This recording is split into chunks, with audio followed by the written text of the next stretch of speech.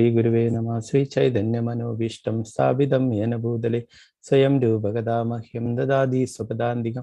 वन्देऽहं श्रीगुरु श्रीयुतापदकमलं श्रीगुरु वैष्णवांश श्रीरूपं सागरजातं सगणरघुनाथान्वितं तं सजीवं साद्वैतं सावधूतं परिजनसहितं कृष्णचैतन्यदेवं श्रीराधा कृष्णपादां सगणललितां श्रीविशाखान्वितां हे कृष्णा करुणा सिन्धो दीनबन्धु जगत्पते गोपेश गोपिका कान्त राधा कान्त नमस्तुते। सप्तकाञ्चन गौरांगी राधे वृंदावनेश्वरी ऋषभानुसुते देवी प्रणमामि हरिप्रिय। वाञ्छकल्पतरुभ्यश्च कृपा सिन्धुभ्येव च पतितानां पावनेभ्यो वैष्णवेभ्यो नमो नमः। पञ्चतत्त्वात्मकं कृष्णं भक्तरूपस्वरूपं भक्तावतारं भक्ताख्यं नमामि भक्तशक्ति। नित्यानन्दमहं सर्वानन्दकरं परं हरिनामप्रदं देवम् अवधूतशिरोमणि नमो महावदन्याय कृष्ण प्रेम प्रदायते कृष्णाय कृष्ण चैतन्य नाम्ने गौरीशे नमो विष्णुपादाय कृष्ण पृष्ठाय भूतले श्रीमते भक्तिवेदांत स्वामिन्निधि नामिने नमस्ते सारस्वते देवे गौरवाणी प्रचारिणे निर्विशेषा शून्यवादी पाश्चात्य देशधारिणे। जय श्री कृष्ण चैतन्य प्रभु नित्यानंद श्री अद्वैत गदाधर श्रीवासादि गौर भक्तवृंद। हरे कृष्णा कृष्ण कृष्णा हरे हरे हरे राम राम राम हरे हरे। गुरुवे गौरचंद्राय राधिकाय तदारे कृष्णाय कृष्ण भक्ताय तद्भक्ताय नमो नमः। श्री प्रभुपाद की जय। ग्रंथराज श्रीमद् भागवतम की जय।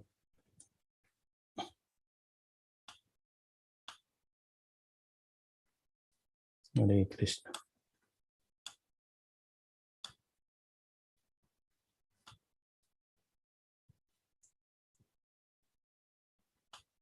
हरे कृष्ण सुवर्ण प्रभु माता जी കേൾക്കാലോ സൗണ്ട് അല്ലേ? ഹരേ കൃഷ്ണ പ്രഭുജി കേൾക്കാം. സ്ക്രീനും കാണുന്നുണ്ടല്ലോ അല്ലേ? ശരി, ഓക്കെ. ഹരേ കൃഷ്ണ.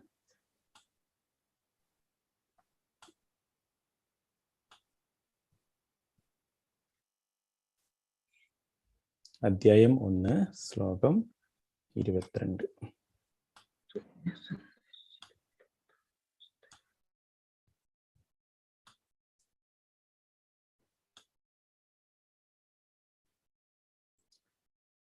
त्वं न सन्दर्शितो दात्रा दुस्तरं निस्तिदीर्षदां कलिं सत्त्वहरं पुंसा कर्णधारा इवार्णवम्।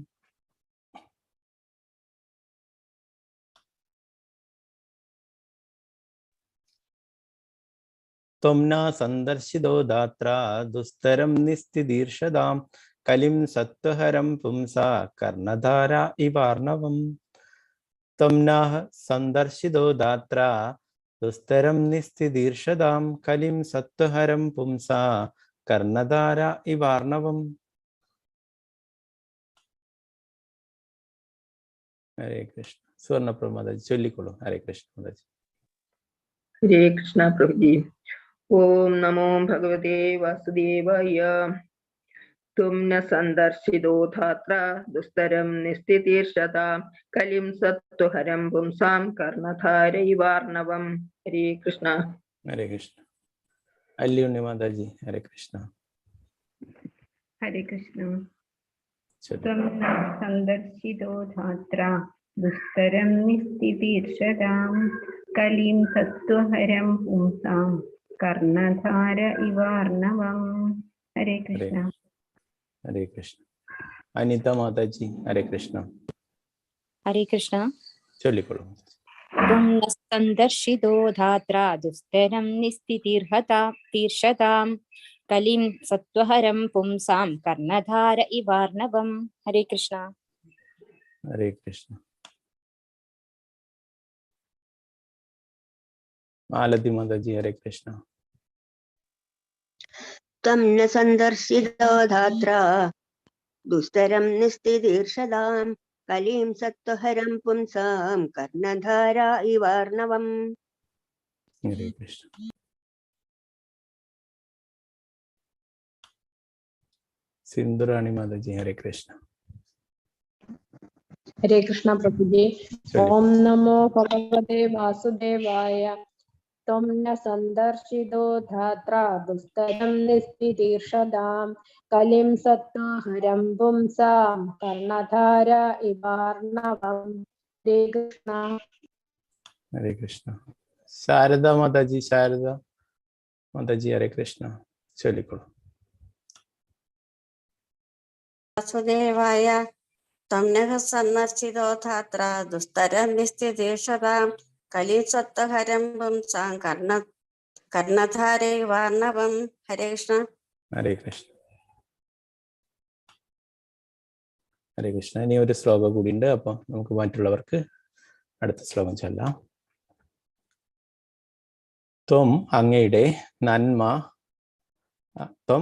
നന്മ നഹ ഞങ്ങളിൽ സന്ദർശിതോ സന്ദർശിക്കുക, ദാത്ര ദൈവ കടാക്ഷത്താൽ ദുസ്തരം തരണം ചെയ്യാൻ സാധ്യമല്ലാത്ത, നിസ്തി തീർഷതാം തരണം ചെയ്യാൻ ആഗ്രഹിക്കുന്നവർക്ക്, കലിയുഗം, സത്വഹരം സദ്ഗുണങ്ങൾ അധപ്പതിക്കുന്ന, പുംസാം മാനവരുടെ, കർണധാര കപ്പിത്താൻ, ഇവ പോലെ അർണവം സാഗരം.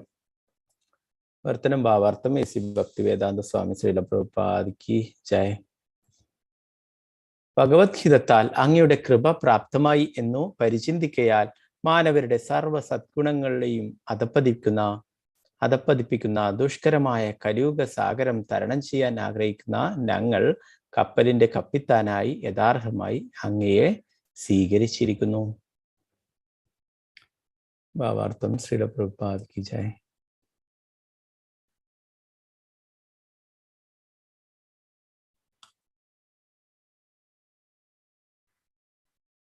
ഹരേ കൃഷ്ണ. രാജ്യമാതാജി വായിച്ചോളൂ. ഹരേ കൃഷ്ണ. ഹരേ കൃഷ്ണ പ്രഭുജി. വായിച്ചോ. കലിയുഗം മാനവരാശിക്ക് അത്യപ്തകരമാണ്. മനുഷ്യ ജീവിതം ആത്മസാക്ഷാത്കാരത്തെ മാത്രം ഉദ്ദേശിച്ചിട്ടുള്ളതാകുന്നു.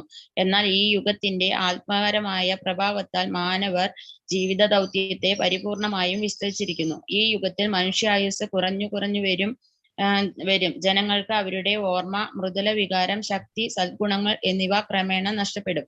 ഈ ഗ്രന്ഥത്തിന്റെ ദ്വാദശ സ്കന്ധത്തിൽ കലിയുഗ വിധി വിരുദ്ധ പട്ടിക നൽകിയിരിക്കുന്നു. ആകയാൽ ആത്മസാക്ഷാത്കാര ലാഭത്തിന് ഈ ജീവിതം കാര്യക്ഷമമായി പ്രയോജനപ്പെടുക കലിയുഗത്തിൽ അത്യധികം പ്രയാസകരമാണ്. ഇന്ദ്രിയ ഇച്ഛാനിവൃത്തിയിൽ മാത്രം വ്യാപൃതരാകയാൽ ആത്മസാക്ഷാത്കാരത്തിന്റെ സമ്പൂർണമായി ജനങ്ങൾ വിസ്തരിച്ചിരിക്കുന്നു. ആഹ്ലാദോന്മത്തത്താൽ ആത്മസാക്ഷാത്കാരത്തിന്റെ യാതൊരു ആവശ്യവുമില്ലെന്ന് അവർ തുറന്നടിക്കുന്നു. എന്നാൽ ആത്മസാക്ഷാത്കാര ദിശയിലേക്കുള്ള മഹായാത്രയിലെ ഏക നിമിഷം മാത്രമാണ് ഈ ഹ്രസ്വ ജീവിതം എന്ന യാഥാർത്ഥ്യം അവർ മനസ്സിലാക്കുന്നില്ല. ആധുനികമായ സമഗ്ര വിദ്യാഭ്യാസ സമ്പ്രദായവും ഇന്ദ്രിയ പൂരണം എന്ന നിർദ്ദിഷ്ടോദ്ദേശ്യത്തിന് മാത്രം ഉതകുന്നവയാണ് ആധുനിക കലിയുഗ വിദ്യാഭ്യാസം. ശിശുക്കളെ മനഃപൂർവ്വം കശാപ്പുശാലകളിൽ അയക്കുകയാണെന്ന് ഇക്കാര്യങ്ങളെ കുറിച്ച് സ്പഷ്ടമായി ജനങ്ങൾ ഈ യുഗത്തിൽ ജാഗ്രതയുള്ളവരായിരിക്കണം. ആപത്കരമായ കലിയുഗ സാഗരം തരണം ചെയ്യാൻ ആഗ്രഹിക്കുന്ന സർവരും നിശ്ചയമായും നൈമിഷാരണ്യത്തിലെ കൃഷിതേശ്രേഷ്ഠരുടെ കാലടികളെ പിന്തുടരേണ്ടതും ശ്രീ സൂത ഗോസ്വാമിയെയോ അഥവാ അദ്ദേഹത്തിന്റെ യഥാർത്ഥ പ്രതിനിധിയെയോ കപ്പലിന്റെ കപ്പിത്താനായി സ്വീകരിക്കേണ്ടതുമാണ്. ഭഗവത്ഗീത അഥവാ ശ്രീമദ് ഭാഗവത രൂപേണ ശ്രീകൃഷ്ണ. ഒന്നും കൂടി മേപ്പിട്ടാക്കി പ്രവചി കാണുന്നില്ല. ഓക്കെ, അത്രയുള്ള അല്ല. അവസാനത്തെ വാക്യങ്ങള് അദ്ദേഹത്തിന്റെ ഓക്കെ കഴിഞ്ഞു. ലാസ്റ്റ് അത്രയാണുള്ളത്. അവസാനത്തെ സെന്റൻസ് ശ്രീ സൂത ഗോസ്വാമിയെയോ അഥവാ അദ്ദേഹത്തിന്റെ യഥാർത്ഥ പ്രതിനിധിയെയോ കപ്പലിന്റെ കപ്പിത്താനായി സ്വീകരിച്ച് അംഗീകരിക്കേണ്ടതാണ്. ആ കപ്പൽ ഭഗവത്ഗീത അഥവാ ശ്രീമദ് ഭാഗവത രൂപേണയുള്ള ശ്രീകൃഷ്ണ സന്ദേശങ്ങളാവുന്നു. അപ്പോ കപ്പൽ എന്ന് പറയുന്നത് നമ്മൾ പഠിക്കുന്ന ശ്രീമദ് ഭഗവത്ഗീതയും ശ്രീമദ് ഭാഗവതുമാണ്. അതിന്റെ കപ്പിത്താനായിട്ടുള്ളതാണ് സൂത ഗോസ്വാമിയുടെ അല്ലെ. യഥാർത്ഥ കപ്പിത്താൻ വ്യാസദേവനാണ്. വ്യാസദേവൻ പിന്നെ ശുകദേവ ഗോസ്വാമിക്ക് പറഞ്ഞു കൊടുത്തു. സുഖദേവ ഗോസ്വാമി സൂത ഗോസ്വാമിക്ക് പറഞ്ഞു കൊടുത്തു. ആ സൂത ഗോസ്വാമിക്ക് പറഞ്ഞു കൊടുത്ത അതേ സന്ദേശങ്ങളാണ് ഇവിടെ നൈമിഷാരണ്യത്തിലെ ശൗനകാദി ഋഷികൾക്ക് പറഞ്ഞു കൊടുക്കുന്നത്. അത് തന്നെയാണ് നമ്മുടെ ഇസ്കോണിന്റെ ഫൗണ്ടർ ആചാര്യരായിട്ടുള്ള എസ് സി ഭക്തി വേദാന്ത സ്വാമി ശ്രീല പ്രഭുപാദർ നമുക്കൊക്കെ പറഞ്ഞു തന്നിട്ടുള്ളത് അല്ലെ. അപ്പൊ നമ്മുടെ കപ്പിത്താൻ ആരാണ്? ശ്രീല പ്രഭുപാദർ അല്ലെ. അപ്പൊ നമുക്ക് അടുത്ത ഒരു ശ്ലോകം കൂടി നോക്കാം.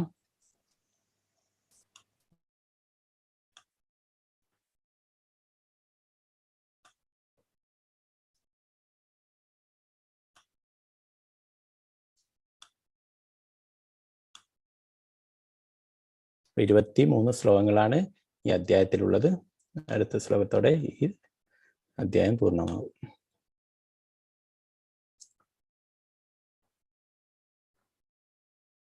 ഓം നമോ ഭഗവതേ വാസുദേവായ.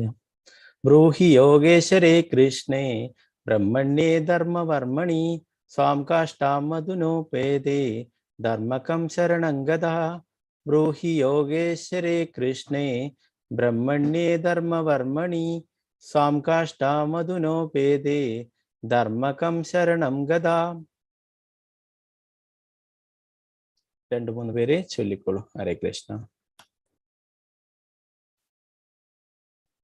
ബിനി മാതാജി ഹരേ കൃഷ്ണ. ഹരേ കൃഷ്ണ. ഓം നമോ ഭഗവതേ വാസുദേവായ. ബ്രൂഹി യോഗേശ്വരേ കൃഷ്ണേ ബ്രഹ്മണ്യേ ധർമ്മവർമ്മണി സ്വാം കാഷ്ടാമധുനോപേദേ ധർമ്മകം ശരണം ഗതഃ. ഹരേ കൃഷ്ണ. പത്മകുമാരി മാതാജി ഹരേ കൃഷ്ണ. ഹരേ കൃഷ്ണ പ്രഭുജേ. ഓം നമോ ഭഗവതേ വാസുദേവായ.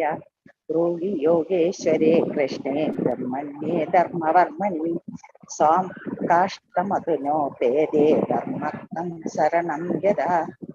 ഹരേ കൃഷ്ണ പ്രഭുജേ. ഹരേ കൃഷ്ണ.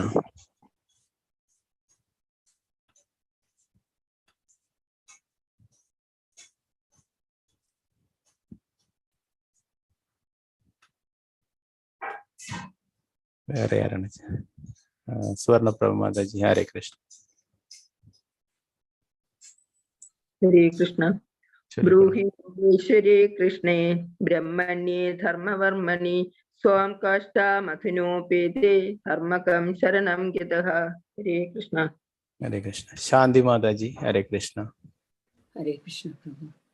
ബ്രൂഹി യോഗേശ്വരേ കൃഷ്ണേ ബ്രഹ്മണ്യേ ധർമ്മവർമ്മണി സ്വാം കാഷ്ടാമധുനോപേദേ ധർമ്മകം ശരണം ഗതാ. ഹരേ കൃഷ്ണ. ഹരേ കൃഷ്ണ.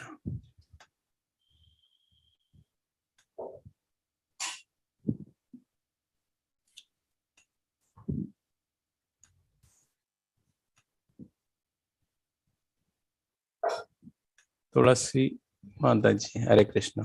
ചൊല്ലിക്കോളൂ.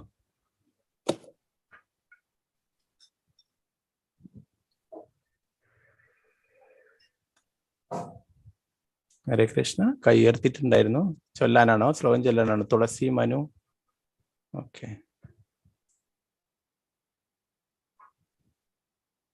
ഓക്കെ. രാമചന്ദ്ര പ്രഭു ചൊല്ലിക്കോളൂ. ഹരേ കൃഷ്ണ.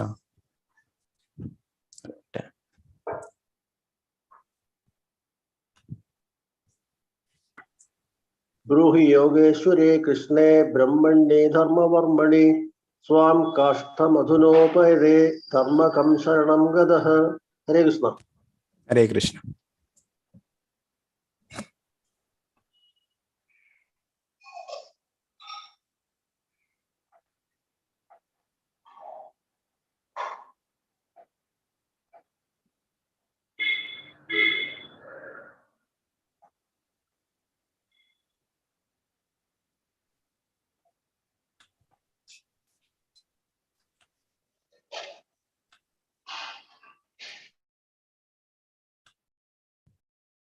ഹരേ കൃഷ്ണ. അപ്പൊ ഈ അധ്യായത്തിലെ അവസാനത്തെ ശ്ലോകമാണിത്. ബ്രൂഹി യോഗേശ്വരേ കൃഷ്ണേ ബ്രഹ്മണ്യേ ധർമ്മവർമ്മണി സ്വാം കഷ്ടാമധുനോപേദേ ധർമ്മകം ശരണം ഗതഃ.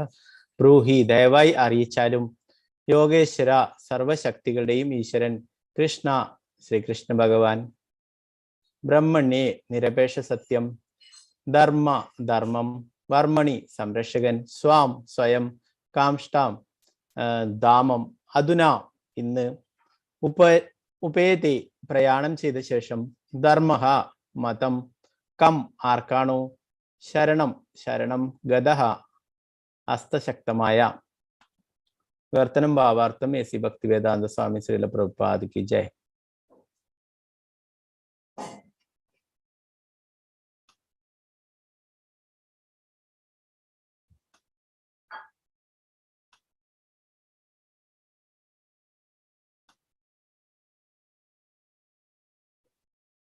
സർവ മായാശക്തികളുടെയും അധിപനും നിരപേക്ഷ സത്യവുമായ ശ്രീകൃഷ്ണൻ സ്വധാമത്തിലേക്ക് പ്രയാണം ചെയ്ത ശേഷം ഹസ്തശക്തമായ ധർമ്മതത്വങ്ങൾ ഇപ്പോൾ അഭയം പ്രാപിച്ചിരിക്കുന്നത് ആരെയാണ്? ദയവായി അറിയിച്ചാലും.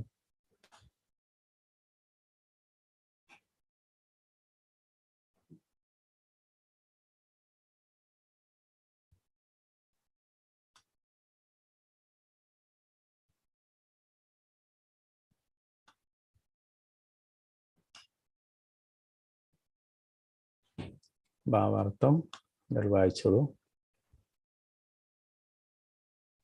ഹരേ കൃഷ്ണ. തുളസി മനു മാതാജി. ഹരേ കൃഷ്ണ. കേൾക്കാൻ പറ്റുന്നില്ലേ? അത് നിങ്ങൾ വായിച്ചോളൂ. കൈ ഉയർത്തിയത് കണ്ടാണ്, വായിക്കാനാണോ എന്ന് വിചാരിച്ചിട്ടാണ് വിളിച്ചത്. അൺമ്യൂട്ട് ചെയ്താൽ മതി, മൈക്ക് അൺമ്യൂട്ട് ചെയ്തിട്ട് വായിച്ചോളൂ. ഹരേ കൃഷ്ണ. ഓക്കെ, വായിച്ചോളൂ. ഹരേ കൃഷ്ണ. ഓക്കെ, ഒന്നും കേൾക്കുന്നില്ല. ശാന്തി മാതാജി വായിച്ചോളൂ. ഹരേ കൃഷ്ണ. ഹരേ കൃഷ്ണ. ഭാവാർത്ഥം. ജയ ശ്രീ പ്രഭുപാദ്. സ്വയം പരമദിവ്യോത്തമ പുരുഷനാൽ നിർവചനം നൽകപ്പെട്ട നിർദ്ദിഷ്ട ധർമ്മ സംഹിതകളാണ് പ്രഥമവും പ്രധാനവുമായ മതം അഥവാ ധർമ്മം. എപ്പോൾ എവിടെ ധർമ്മതത്വങ്ങളുടെ ദുരുപയോഗമോ അഥവാ അവഗണനയോ ഉണ്ടാകുന്നുവോ അപ്പോൾ അവിടെ മതതത്വങ്ങളുടെ പുനഃസ്ഥാപനാർത്ഥം പരമപുരുഷനായ ഭഗവാൻ സ്വയം അവതരിക്കുന്നു. ഇത് ഭഗവത്ഗീതയിൽ പ്രതിപാദിച്ചിട്ടുണ്ട്. ഇവിടെ നൈമിഷാരണ്യത്തിലെ മുനിമാർ ഈ ധർമ്മതത്വങ്ങളെ സംബന്ധിച്ച് ആരായുന്നു. ഈ അന്വേഷണങ്ങൾക്ക് ഉത്തരം വരും അധ്യായങ്ങളിൽ വിശദമാക്കിയിട്ടുണ്ട്. പരമദിവ്യോത്തമ പുരുഷന്റെ അതീന്ദ്രിയ ശബ്ദ ചിത്രീകരണമാകുന്നു ശ്രീമദ് ഭാഗവതം. ആകയാൽ അതീന്ദ്രിയ വിജ്ഞാനത്തിന്റെയും ധർമ്മതത്വങ്ങളുടെയും സമഗ്ര ആവിഷ്കാരമാണ് ഭാഗവതം. ഋഷിമാരുടെ അന്വേഷണങ്ങൾ എന്ന ശ്രീമദ് ഭാഗവതത്തിന്റെ പ്രഥമ സ്കന്ധത്തിലെ 1-ാം അധ്യായത്തിന്റെ ഭക്തി വേദാന്ത വിശദീകരണം ഇപ്രകാരം സമാപിക്കുന്നു. ഹരേ കൃഷ്ണ. ഹരേ കൃഷ്ണ. Thank you Mataji.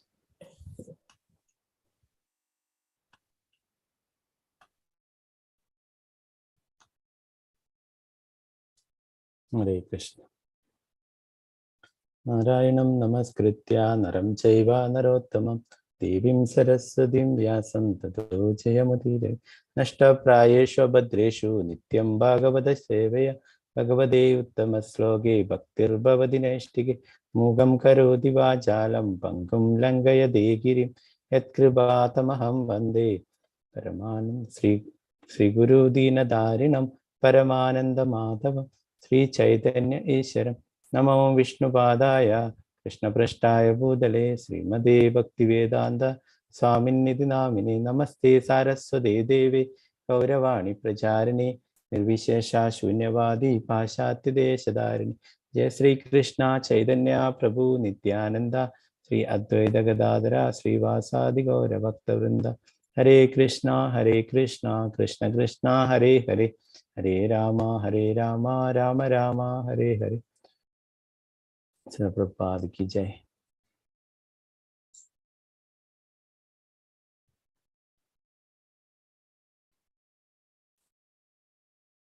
നമുക്കറിയാം നമ്മൾ ജീവിക്കുന്നത് കലിയുഗത്തിലാണ് അല്ലെ. അപ്പൊ ഇവിടെ ആ ശൗനകാദി ഋഷികള് എല്ലാവർക്കും, കലിയുഗത്തിലുള്ള എല്ലാവർക്കും വേണ്ടിയിട്ടാണ് അല്ലെ.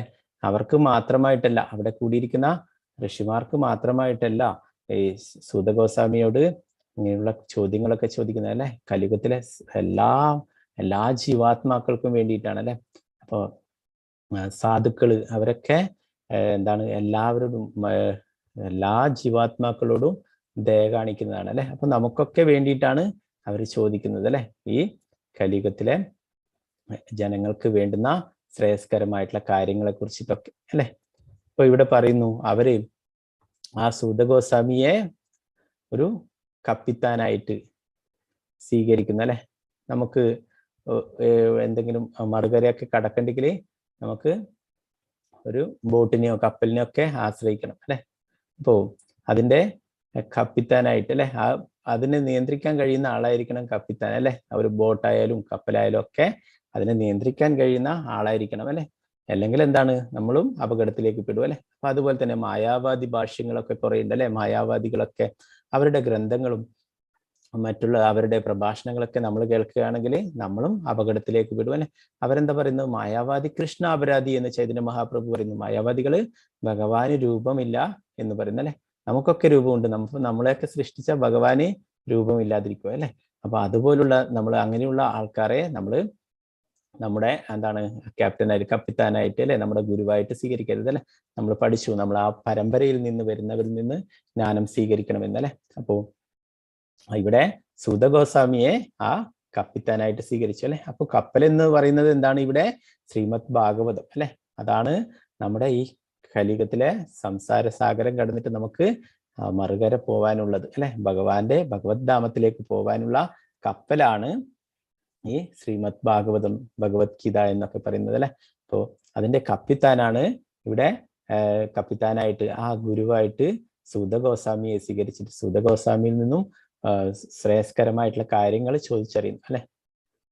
അപ്പൊ നമ്മുടെയൊക്കെ കപ്പിത്താൻ ആരാണ്, ശ്രീല പ്രഭുപാദർ അല്ലെ.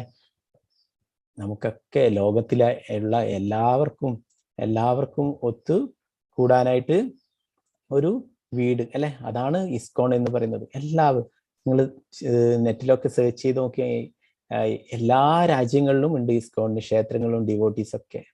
അപ്പൊ അവരൊക്കെ ഒരു കുടക്കീഴിലല്ലേ, എല്ലാം പ്രഭുപാദരാണ് എല്ലാവരെയും ഒന്നിച്ച് ചേർത്തിട്ടുള്ളത്. അപ്പൊ നമ്മുടെ ക്യാപ്റ്റൻ ആരാണ്, പ്രഭുപാദരാണ് അല്ലെ. നമുക്ക് ആ ഗുരുവില് പൂർണ്ണ വിശ്വാസം ഉണ്ടായിരിക്കണം അല്ലെ.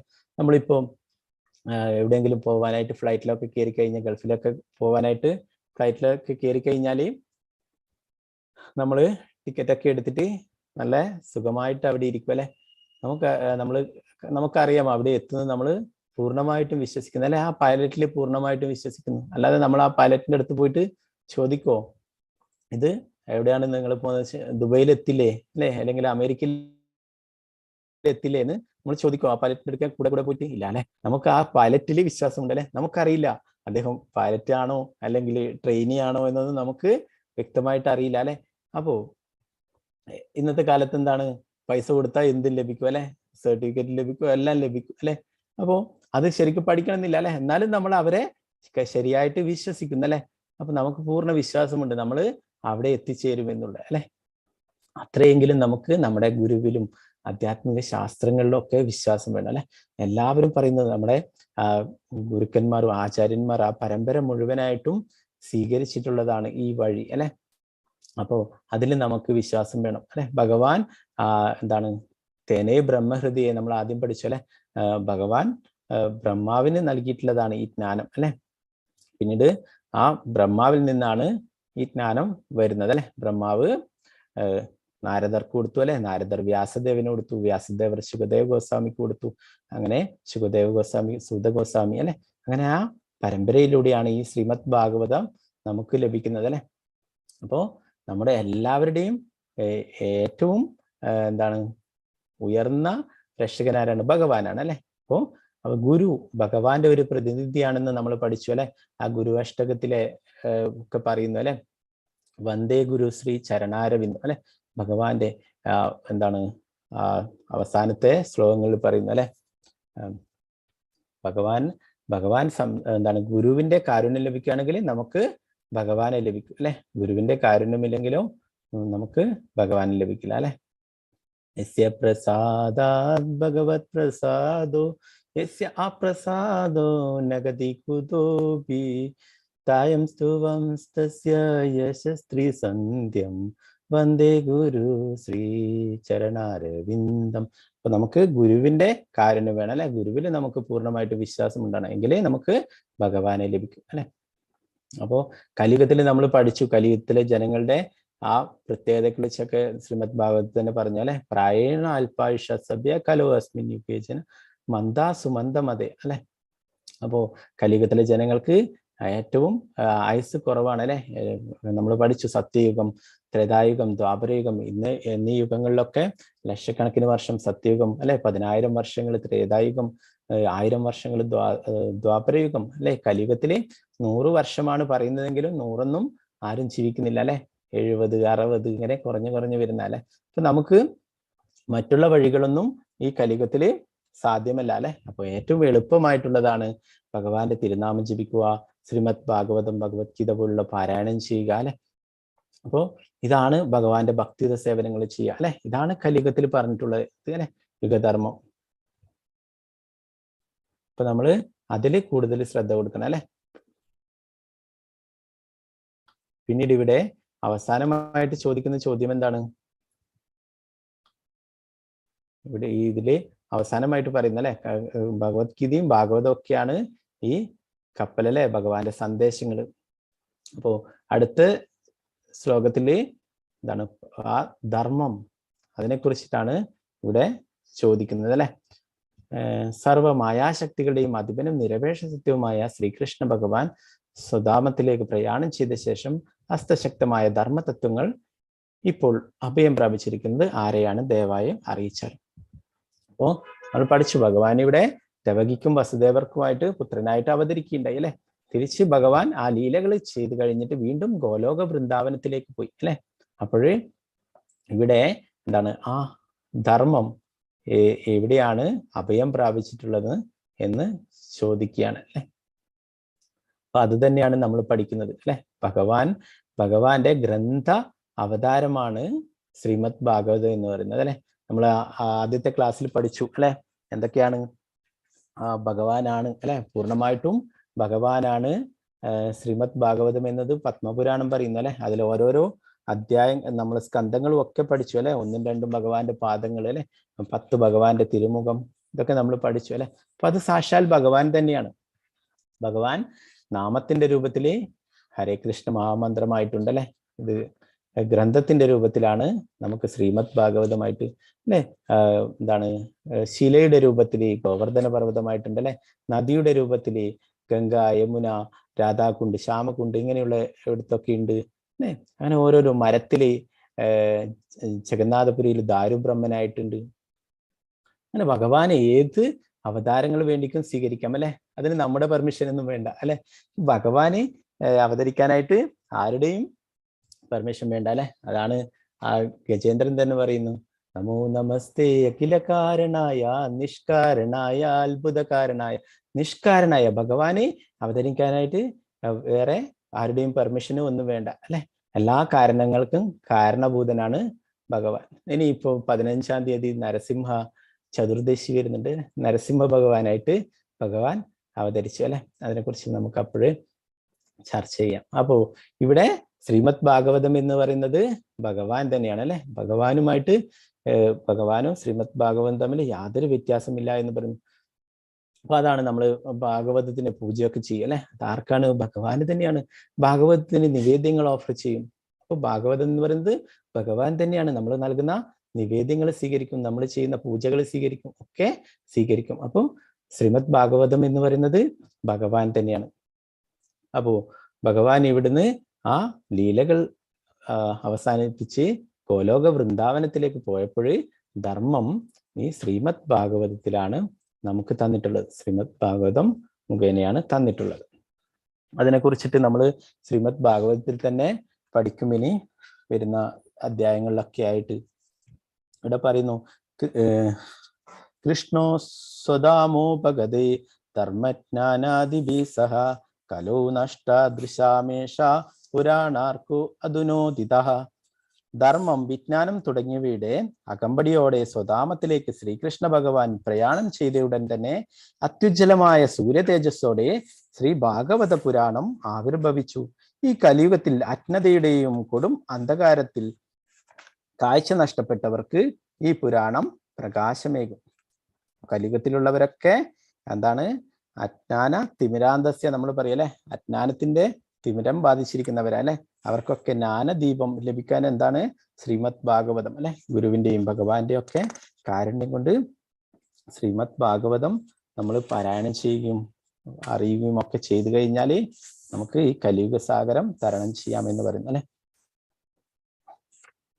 ഇത് എല്ലാവർക്കും വേണ്ടിയിട്ടുള്ളതാണ് അല്ലെ, കലിയുഗത്തിലെ എല്ലാവർക്കും വേണ്ടിയിട്ട്. അതിനെ കുറിച്ചിട്ടും പറയുന്നുണ്ട്. ഇതം ഭാഗവതം നാമ പുരാണം ബ്രഹ്മ സംഹിതം ഉത്തമ ശ്ലോക ചരിതം ചകാര ഭഗവാൻ ഋഷി നിശ്രേയാലോകസ്യാധന്യം സ്വസ്തേനം മഹൽ നിശ്രേയസായ ലോകസ്യാധന്യം സ്വസ്തേനം മഹൽ. ശ്രീമദ് ഭാഗവതം ഭഗവാന്റെ സാഹിത്യ സംബന്ധ അവതാരവും ഭഗവത് അവതാരമായ ശ്രീല വ്യാസദേവനാൽ രചിക്കപ്പെട്ടതുമാകുന്നു. മാത്രവുമല്ല ഈ ഗ്രന്ഥം സർവമാന ജനങ്ങളുടെയും പരമക്ഷേമത്തെ ഉദ്ദേശിച്ചുള്ളതും സർവ ഐശ്വര്യപ്രദായകവും അത്യാനന്ദമയവും സർവശ്രേഷ്ഠവും സർവ വിജയപ്രദായകവും ആവുന്നു. എല്ലാം അല്ലെ, ശ്രീമദ് ഭാഗവതം നമ്മുടെ എല്ലാറ്റിനെയും ഇല്ലാതാക്കും അല്ലെ, എല്ലാ അനർത്ഥങ്ങളെയും, എല്ലാ കാമ ക്രോധ ലോഭ മോഹ മത മത്സരം എല്ലാറ്റിനെയും ഇല്ലാതാക്കും അല്ലെ, കൃഷ്ണപ്രേമം ലഭിക്കുകയും ചെയ്യും അല്ലെ. അപ്പൊ നമുക്ക് അതിൽ പൂർണ്ണ വിശ്വാസം ഉണ്ടായിരിക്കണം. ശ്രീമദ് ഭാഗവതം എന്ന് പറയുന്നത് സാക്ഷാൽ ഭഗവാൻ തന്നെയാണ് അല്ലെ. അപ്പൊ ഭഗവാന്റെ തിരുനാമം അല്ലെ, അത് ഭഗവാൻ തന്നെയാണ്. നാമരൂപേ കലികാലേ കൃഷ്ണാവതം അല്ലെ. അപ്പൊ നമുക്ക് ഭഗവാന്റെ നാമം അല്ലെ, ശ്രീമദ് ഭാഗവതം, നമ്മുടെ ആചാര്യന്മാര്, ഇതിലൊക്കെ നമുക്ക് പൂർണ്ണ വിശ്വാസം ഉണ്ടായിരിക്കും അല്ലെ. ഇപ്പൊ ഇവിടെ കപ്പലിന്റെ ഉദാഹരണം പറഞ്ഞല്ലേ, പ്രഭുപാദർ പറയും ഈ കൃഷ്ണാവബോധ പ്രസ്ഥാനം എന്ന് പറയുന്നത് ഒരു കപ്പലാണ്, ഇത് ഗോലോക വൃന്ദാവനത്തിലേക്ക് പോകുന്നതാണെന്ന് പറയും. അപ്പോ ഇതിൽ വേറെ എന്താണ്, നമുക്ക് വേറെ കൂടുതൽ ചെലവൊന്നുമില്ല അല്ലെ. ഒരേ ഒരു കാര്യമേ വേണ്ടൂ, നമ്മള് ഭഗവാന്റെ തിരുനാമം ജപിക്കണം അല്ലെ. അതാണ് ഈ കപ്പലിൽ വേണ്ടുന്ന ഏക ടിക്കറ്റ് എന്ന് പറയുന്നത്, ഭഗവാന്റെ തിരുനാമം ജപിക്കണം. പ്രഭുപാദർ പറയുന്നു ഇത് തീർച്ചയായിട്ടും ഗോലോക വൃന്ദാവനത്തിൽ എത്തിച്ചേരും, നിങ്ങൾ അടക്ക് വെച്ചിട്ട് ഇതിൽ നിന്ന് ഇറങ്ങി പോവാതിരുന്നാൽ മതി എന്ന് പറയും. അപ്പോ നമുക്ക് വിശ്വാസം ഉണ്ടായിരിക്കണം അല്ലെ. കപ്പിത്താൻ അല്ലെ, അത് ഭഗവാന്റെ പ്രതിനിധിയാണ്. ശ്രീല പ്രഭുപാദർ ഭഗവാന്റെ പ്രതിനിധിയാണ് അല്ലെ. നമ്മുടെ ആചാര്യന്മാരൊക്കെ പ്രതിനിധിയാണ്. ഭക്തി സിദ്ധാന്ത സരസ്വതി ആ ഗോലോക വൃന്ദാവനത്തിലുള്ള രാധാകൃഷ്ണന്മാരുടെ നിത്യലീലയുള്ള മഞ്ജരിയാണ്. ഭക്തി വിനോദ് ഠാക്കൂർ മഞ്ജരിയാണ്.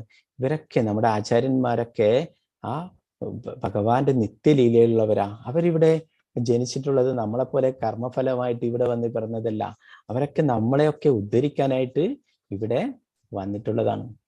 അപ്പോൾ എല്ലാ ജീവാത്മാക്കളോടും കാരുണ്യം കാണിക്കാനായിട്ട്, ജീവദയ, അപ്പോൾ അതിനു വേണ്ടിയിട്ടാണ് അവരൊക്കെ ഇവിടെ അവതരിക്കുന്നത്, നമ്മളെയൊക്കെ ഉയർത്തിക്കൊണ്ടുവരാൻ, ഉദ്ധരിക്കാനായിട്ട്.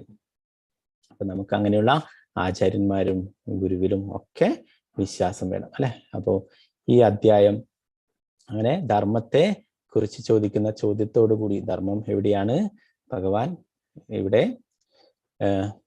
നിക്ഷേപിച്ചിട്ടുള്ളത്, ഇവിടെ ബാക്കിയാക്കിയിട്ടുള്ളത് എന്ന് ചോദിക്കുന്നു. അഭയം പ്രാപിച്ചിരിക്കുന്നത് ധർമ്മം എന്ന് ചോദിച്ചുകൊണ്ടുള്ള അവസാനത്തെ ചോദ്യമാണ് ഇത്. ഋഷിമാരുടെ അന്വേഷണങ്ങൾ എന്ന അധ്യായത്തിലെ ഇതോടുകൂടി ചോദ്യങ്ങൾ തീരുകയാണ് അല്ലെ. അപ്പൊ എന്തൊക്കെയാണ് ചോദ്യങ്ങൾ ചോദിച്ചിട്ടുള്ളത്? ആർക്കെങ്കിലും ഓർമ്മയുണ്ടോ? ആരെ കൈ ഉയർത്തിയാൽ മതി. ആർക്കറിയാം? 6 ചോദ്യങ്ങൾ ചോദിച്ചു അല്ലെ. അപ്പൊ 6 ചോദ്യങ്ങൾ എന്തൊക്കെയായിരുന്നു? ആർക്കറിയാം? 6 ചോദ്യങ്ങൾ ഈ അധ്യായത്തില് ചോദിക്കുകയുണ്ടായി. ഓക്കെ, സിന്ധുറാണി മാതാജി, ഹരേ കൃഷ്ണ, പറഞ്ഞോളൂ മാതാജി. ആദ്യത്തെ ചോദ്യം, എല്ലാ മനുഷ്യർക്കും ശ്രേയസ്കരമായ ആയിട്ട് എന്ത് കാര്യമാണ് ചെയ്യേണ്ടത് എന്ന് ഋഷിമാർ ചോദിച്ചു. അതെ, ഹരേ കൃഷ്ണ. രണ്ടാമത്തെ ചോദ്യം, സർവവേദങ്ങളുടെയും വിശിഷ്ട അന്തസ്സത്തെ എന്താണ് എന്നാണ് ചോദിക്കുന്നത്. അടുത്ത ചോദ്യം, ഭഗവാന്റെ അവതാരങ്ങളെ കുറിച്ച് അറിയാൻ ആഗ്രഹമുണ്ട് എന്ന് പറഞ്ഞു. പിന്നെ ശ്രീകൃഷ്ണ ഭഗവാൻ ദേവകിക്കും വസുദേവർക്കും പുത്രനായി അവതരിച്ചത് എന്താണ് എന്ന് ചോദിച്ചു. ഭഗവാൻ തിരികെ ഗോലോക വൃന്ദാവനത്തിലേക്ക് പോയപ്പോൾ ധർമ്മം എവിടെ സ്ഥാപിച്ചിട്ടാണ് പോയത്? ഇത്രയും കാര്യങ്ങളാണ്. പിന്നെ ഇന്നലത്തെ ക്ലാസ്സിൽ നമ്മൾ ചർച്ച ചെയ്തത് ഭഗവാന്റെ ലീലകളെ കുറിച്ചും ചോദിക്കുന്നു. ഭഗവാന്റെ ലീലകളെ കുറിച്ച് അറിയാനായിട്ട് ആഗ്രഹമുണ്ടെന്ന് പറയുന്നു. കേട്ടാ? Hare Krishna. Okay, Hare Krishna. Thank you മാതാജി.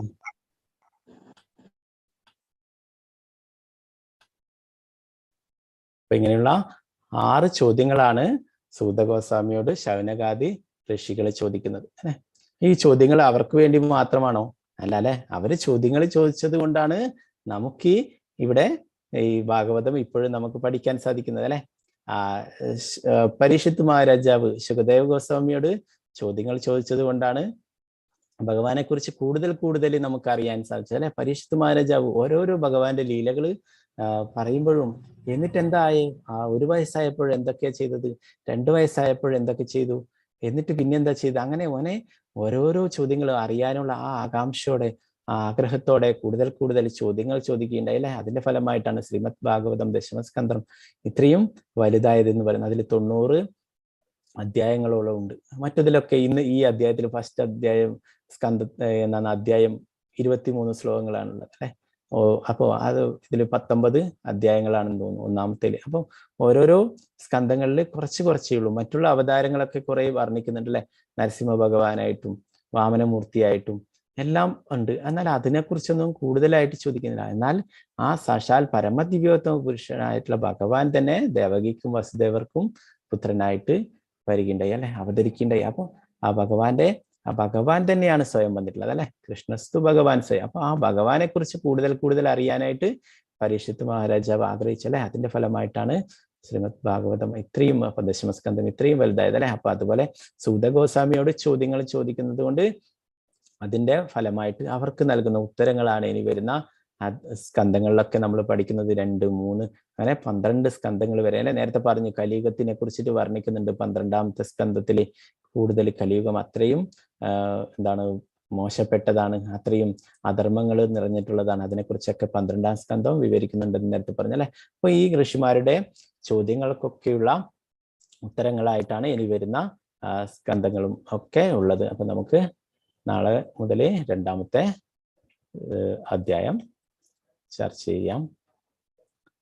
ഹരേ കൃഷ്ണ ഹരേ കൃഷ്ണ ഹരേ കൃഷ്ണ കൃഷ്ണ കൃഷ്ണ ഹരേ ഹരേ, ഹരേ രാമ രാമ രാമ ഹരേ ഹരേ, ഹരേ കൃഷ്ണ. അപ്പോൾ ഏകാദശി എടുത്തിട്ടുള്ളവരൊക്കെ ആ ഏകാദശിയൊക്കെ ബ്രേക്ക് ചെയ്യാം. ആർക്കെങ്കിലും എന്തെങ്കിലും സംശയങ്ങൾ ഉണ്ടെങ്കിൽ അൺമ്യൂട്ട് ചെയ്തിട്ട് ചോദിക്കാം.